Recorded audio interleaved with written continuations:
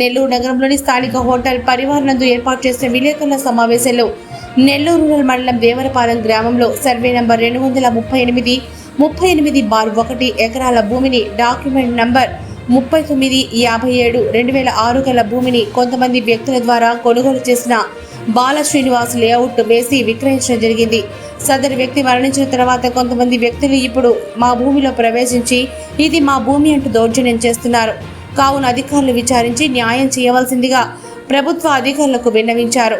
ఈ కార్యక్రమంలో ఉమాశంకర్, భరత్, వెంకట్, రాంబాబు, శ్రీనివాసరావు, సత్యవతి, సురేష్ బాబు తదితరులు పాల్గొన్నారు.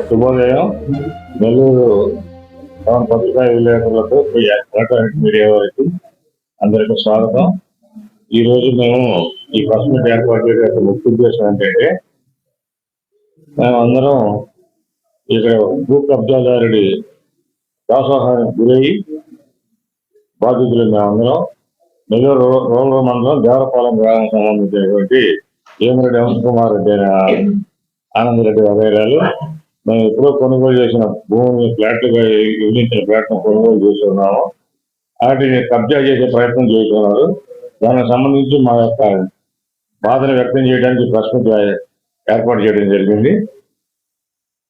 యాక్చువల్గా ఈ భూమి 2005లోనే ఈ ప్రజెంట్ కబ్జా చేయబోతున్నటువంటి వంశకుమార్ రెడ్డి ఆనందరెడ్డి వారు 2005-6 సంవత్సరంలో బాల శ్రీనివాస్ అనే అతనికి అమ్మకం సేల్ డీడ్ ద్వారా అమ్మినారు.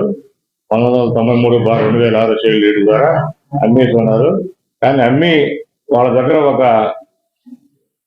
డూప్లికేట్ డాక్యుమెంట్ అనేది వాడు చూసుకొని ఆ డాక్యుమెంట్ మేము అమలమని చెప్పి వాళ్ళ దౌర్జన్యంగా ఆ భూమిలో ఆక్రమించడానికి ప్రయత్నం చేస్తున్నారు. ఆ బాల శ్రీనివాస్ అనే అతను తర్వాత ఆంధ్ర పరిస్థితుల్లో లేఅవుట్ చేసి ఫ్లాట్గా విభజించి మా అందరికి అందరూ ఇతర జిల్లా అవసరం, నెల్లూరు జిల్లా అవసరం కాదు. అందువల్ల మేము అప్పుడప్పుడు వచ్చి చూసుకొని పోతా ఉన్నాం. 2006 నుంచి కూడా ప్రజెంట్ రీసెంట్ గా 2-3 నెలల క్రితం ఆ బాల శ్రీనివాస అతను పరమపదించాడు.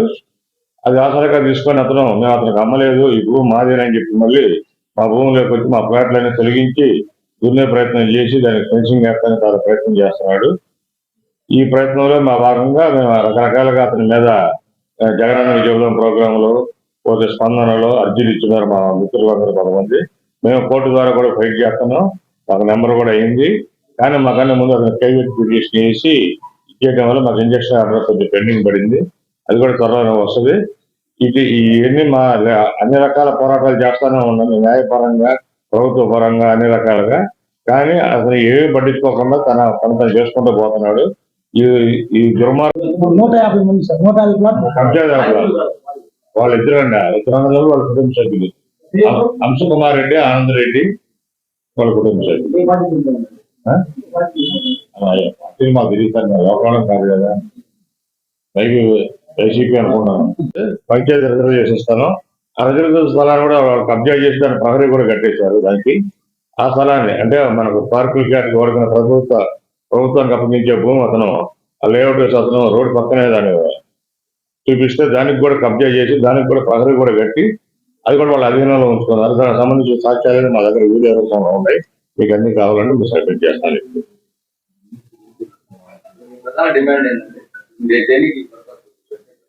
ఇది మా భూములు మాకు అప్పగించి తిరిగి సర్వే చేయించి మాకు హక్కుగా ఉన్నటువంటి మాకు అన్ని రకాల హక్కుగా ఉన్నాయి. మేము లీగల్ అడ్వైజర్ తీసుకున్నాం, అన్ని తీసుకున్నాం. అన్ని రకాల సర్వంగా మాకు 7 లింక్ డాక్యుమెంట్లు తీసి దాని ప్రకారం మాకు హక్కుదారులు మేమే. కానీ తను దౌర్జన్యంగా మీకు ఎటువంటి హక్కు లేదు, మీకు తెలియక రిజిస్ట్రేషన్ చేయించారు అతను చెప్తున్నాడు. నేను పర్సనల్గా పోయి మాట్లాడినా కూడా నేను డాక్యుమెంట్ కూడా చూపిస్తే ఇంగ్లీష్లో ఉంది, మాకు తెలియక సంతకాలు పెట్టామని చెప్పి ఒక మాట అనేసి ఏదైనా ఉంటే సెటిల్మెంట్ రండి మాట్లాడుకుందాం అని చెప్పి మాట్లాడుతున్నాడు. నా భూమికి నేను సెటిల్మెంట్ పోవాల్సిన అవసరం లేదు, మాకు భూమే కావాలి. మా భూమిని మాకు గుర్తించి సర్వేరాలు మళ్ళీ వేసి మాకు అప్పచెప్పాల్సిందిగా గవర్నమెంట్ వారిని కోరుతున్నాను.